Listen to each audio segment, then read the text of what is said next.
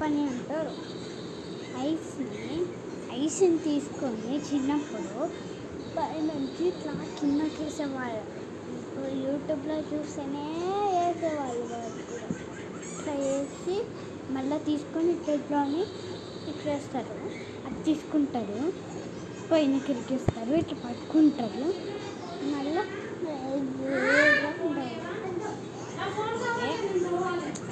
అనేది.